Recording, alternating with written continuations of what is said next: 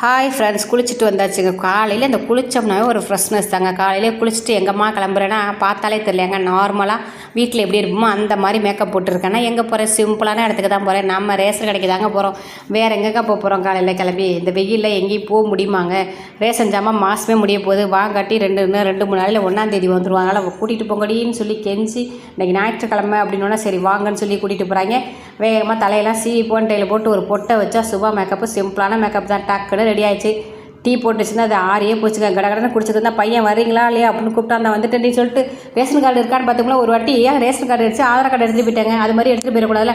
கடகடன்னு வண்டியில் போயிட்டு கடகடன்னு ஜாமான் எடுத்தாச்சு. எனக்கு பட்டுக்கோட்டை கார்டுங்க. சென்னையில் தான் இவ்வளோலாம் ஜாமான் கொடுத்துட்டு இருந்தாங்க. இந்த மாதத்தோட இனிமேல் வெளியூர் கார்டெல்லாம் இங்கே செல்லாது. இந்த ஊருக்கு கார்டை மாற்றிட்டு வாங்கன்னு சொல்லிட்டாங்க. இனிமேல் இதே வேறு நம்ம கார்டை மாற்றி ஆகணுமா? நம்ம ஊரில் ஒரு பொருளாவது இருக்கட்டும், சொந்த இடம்தான் கார்டாவது இருக்கட்டும் பார்த்தாங்க. அதையும் வைக்கலைங்க.